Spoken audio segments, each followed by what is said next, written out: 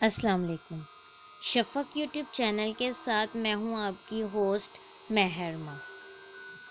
Temple tiger اور کماؤ کے آدم خور، جم کاربٹ، منصور کیسرانی۔ پاناڑ کا آدم خور۔ 1907 میں جب میں چمپاوت کے آدم خور شیرنی کا شکار کرنے کی کوشش کر رہا تھا تو میں نے پہلی بار اس آدم خور تندوے کے بارے سنا جس نے الموڑا ضلع کے مشرقی کنارے پر دیہاتوں پر لرزہ طاری کر رکھا تھا۔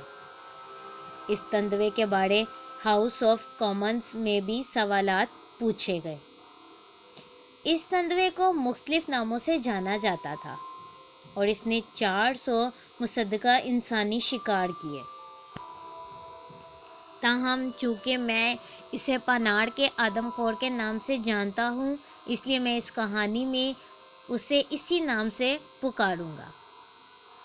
حکومتی ریکارڈوں میں 1905 سے قبل اس تندوے کا کوئی ذکر نہیں ملتا۔ چمپاوت اور پاناڑ کے آدم خور سے قبل کماؤں میں کسی آدم خور کا نہیں سنا گیا تھا۔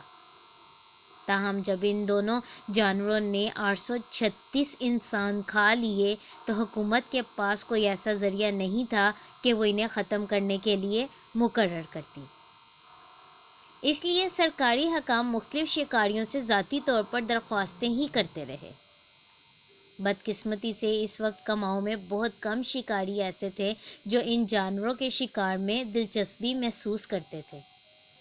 زیادہ تر کے خیال میں یہ انتہائی خطرناک کام تھا اور اسی طرح کے ایک خطرناک کام کا منصوبہ ولسن نے چند سال بعد ماؤنٹ ایورسٹ پر اکیلے چڑھنے کا بنایا۔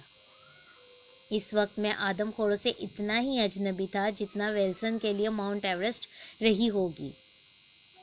تاہم آدم خور کے خلاف میری کامیابی اور ماؤنٹ ایورسٹ پر چڑھائی کے لیے ولسن کی ناکامی کا سبب محض قسمت ہی ہے۔ جب میں چمپاوت کی آدم خور شیرنی کو ہلاک کر کے نینی تال اپنے گھر واپس پہنچا تو حکومت نے مجھے پاناڑ کے اس آدم خور تندوے کو ہلاک کرنے کی درخواست کی۔ ان دنوں میری معاشی صورتحال کافی تنگ تھی اور کئی ہفتے بعد اس کام کے لیے میں وقت نکال سکا۔ ابھی میں الموڑا روانہ ہونے کے لیے تیار ہو ہی رہا تھا کہ مجھے نینی تال کے ڈپٹی کمشنر برتھوڈ کا پیغام ملا کہ میں فوراً مختصر پہنچ کر وہاں کے لوگوں کو آدم خور شیر سے بچاؤں جس نے وہاں اپنی دہشت طاری کر رکھی تھی۔ پچھلے صفحات پر آپ مختصر کی آدم خورنی کے بارے میں کہانی پڑھ چکے ہیں۔ اب میں پاناڑ کے آدم خور کے تعاقب میں نکلا۔ چونکہ میں اس علاقے میں پہلے کبھی نہیں گیا تھا اس لیے میں نے سوچا کہ الموڑا سے ہوتا چلوں تاکہ وہاں کے ڈپٹی کمشنر سٹیفی سے اس آدم خور کے بارے تمام تر معلومات لے سکوں۔ انہوں نے کمال مہربانی سے مجھے دوپہر کے کھانے پر مدعو کر کے مجھے تمام تر معلومات اور نقشہ جات مہیا کیے۔ روانگی کے وقت جب انہوں نے پوچھا کہ کیا مجھے اس خطرناک کام کے نتائج و عواقب کا پوری طرح علم ہے، کیا میں اپنی وصیت مرتب کر لی ہے، مجھے اس بات سے کافی دھچکا سا لگا۔ نقشوں کے مطابق متاثرہ علاقے تک پہنچنے کے دو راستے تھے۔ پہلا راستہ پتھورا گڑھ روڈ پر چلتے ہوئے پنونولا سے ہوتے ہوئے جبکہ دوسرا راستہ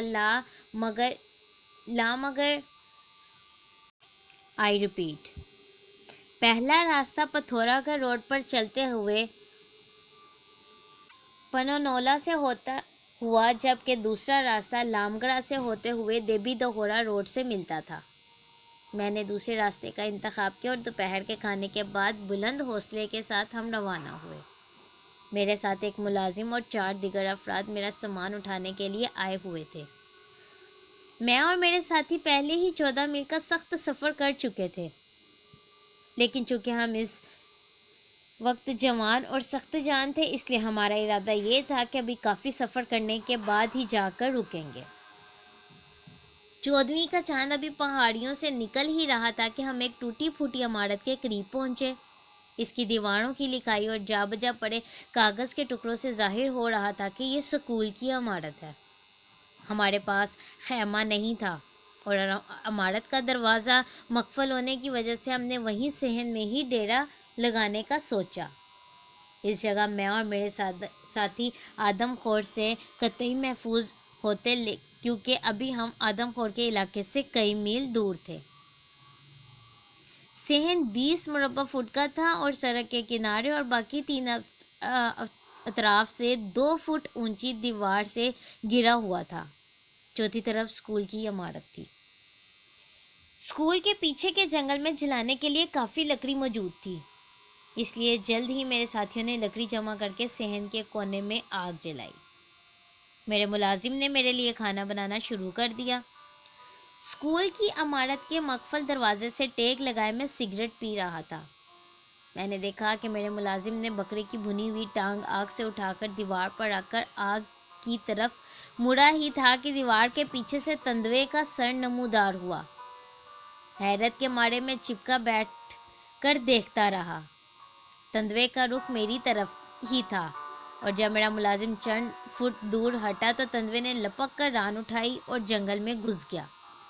میرے ملازم نے کاغذ پر ران رکھی تھی اور کاغذ گوشت سے چمٹا ہوا تھا۔ جب تندوے نے ران اٹھائی تو کاغذ نے آواز پیدا کی۔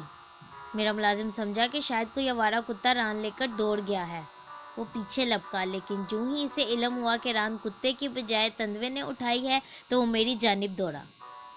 مشرق میں سفید فام لوگوں کو تھوڑا سا کھسکا ہوا مانتے ہیں، تاہم جب میرے ملازم نے مجھے آ کر افسوسناک لہجے میں یہ خبر سنائی کہ تندوا آپ کا کھانا لے گیا اور میرے پاس اب آپ کے لیے کچھ بھی نہیں، تو میں ہنسی کے مارے لوٹ پوٹ ہو رہا تھا۔ شاید میرے ملازم نے مجھے عام سفید فاموں سے زیادہ کھسکا ہوا سمجھا ہو۔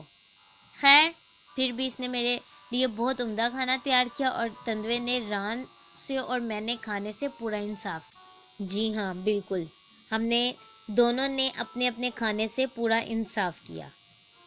اگلی صبح جلدی نکلتے ہوئے ہم لام گڑا پہنچ کر کھانے کے لیے رکے۔ شام ہوتے ہوتے ہم ڈول کے ڈاک بنگلے پر پہنچے۔ یہاں سے آدم خور کی سلطنت شروع ہوتی تھی۔ اپنے ساتھیوں کو بنگلے میں چھوڑ کر اگلی صبح میں آدم خور کی خبر لینے نکلا۔ گاؤں گاؤں ہوتے ہوئے اور راستے پر آدم خور کے پگ تلاش کرتے ہوئے شام کو میں ایک الگ تھلگ موجود ایک منزلہ پختہ گھر کی قریب پہنچا۔ اس کے پاس چند ایکڑ جتنی مزروعہ زمین تھی اور ہر طرف جنگل سے گھرا ہوا تھا۔ اس گھر کو جانے والے راستے پر میں نے ایک بڑے نر تندوے کے پگ دیکھے۔ جو ہی میں اس گھر کے نزدیک پہنچا تو اس کی بالکنی پر ایک بندہ دکھائی دیا۔ مجھے دیکھتے ہی وہ سیڑھیوں سے نیچے اترا اور صحن عبور کر کے مجھے ملنے آیا۔ 22 سال کے لگ بھگ کا نوجوان مجھے بہت پریشان دکھائی دیا۔ اس نے بتایا کہ گزشتہ رات وہ اپنی بیوی کے ہمراہ اس گھر کے واحد کمرے کے فرش پر سو رہا تھا۔ دروازہ کھلا تھا کیونکہ اپریل میں یہاں کافی گرمی ہو جاتی ہے۔ آدم خور بالکنی پر چڑھا اور کمرے میں داخل ہو کر اس کی بیوی کو گلے سے دبوچ کر دروازے کو بھرا۔ بیوی نے چیخ مار کر اپنے شوہر کو پکڑا تو وہ بیدار ہو گیا۔ اس نے فوراً ایک ہاتھ سے بیوی کو پکڑا اور دوسرے سے کمرے کے ستون کو جھٹکا دے کر اس نے بیوی کو چھڑایا اور لپک کر دروازہ بند کر دیا۔ بقیہ رات میاں بیوی خوف کے مارے کمرے کے ایک کونے میں دبکے رہے اور تندوا دروازہ توڑنے کی کوشش میں لگا رہا۔ رات بھر گرمی اور حبس کی وجہ سے اس عورت کے زخموں میں پیپ پڑنے لگ گئی اور صبح ہوتے ہوتے وہ خوف اور تکلیف کی شدت سے بے ہوش تھی۔ سارا دن یہ بندہ اپنی بیوی کے ساتھ موجود رہا کیونکہ اسے ڈر تھا کہ اگر وہ بیوی کو چھوڑ کر مدد لینے گیا تو تندوا واپس لوٹ کر اسے کھا جائے گا۔ اسے یہ بھی ڈر تھا کہ اگر وہ گھر سے نکلا تو نزدیکی ہمسایہ اور اس کے گھر کے درمیان موجود 1 میل گنا جنگل وہ کیسے بحفاظت عبور کر پائے گا۔ شام ہوتے ہوتے اس کے سامنے ایک اور رات اس دہشت میں گزارنے کا حوصلہ اس میں نہیں بچا تھا۔ اس کی کہانی سن کر مجھے حیرت نہیں ہوئی کہ مجھے دیکھتے ہی میرے قدموں میں گر کر کیوں رونے لگ گیا تھا۔ اب میرے سامنے انتہائی مشکل صورتحال تھی۔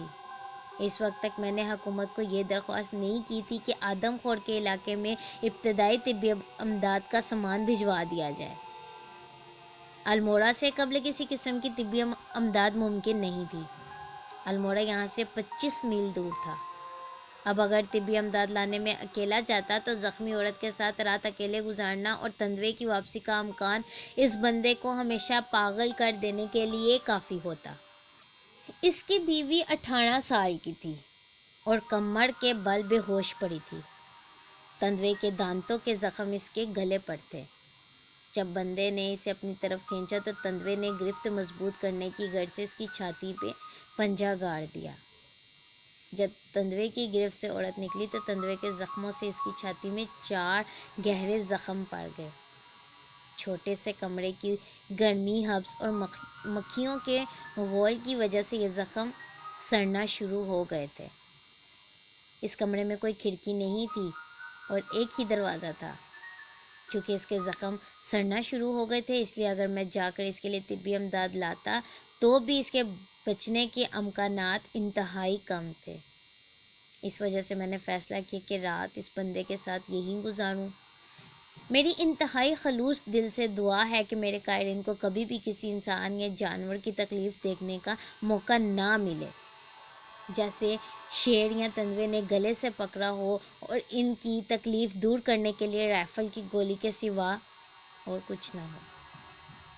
بالکنی اس گھر کی پوری لمبائی تک پھیلی ہوئی 15 فٹ لمبی اور 4 فٹ چوڑی تھی۔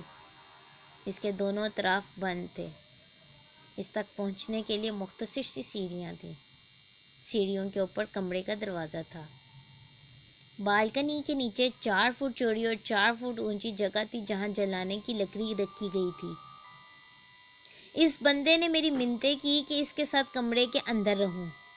اگرچہ مجھے آسانی سے متلی نہیں ہوتی، لیکن کمرے کی فضا ایسی تھی کہ میں متلی نہ روک پاتا۔ اس لیے ہم نے مل کر بالکنی کے نیچے ایک کنارے سے لکڑیاں ہٹا کر اتنی جگہ بنا دی کہ میں کمرے کی دیوار سے ٹیک لگا کر بیٹھ سکتا۔ رات ہونے والی تھی، اس لیے نزدیکی چشمے پر نہا کر اور پانی پی کر میں اپنی مکین گاہ میں بیٹھ گیا۔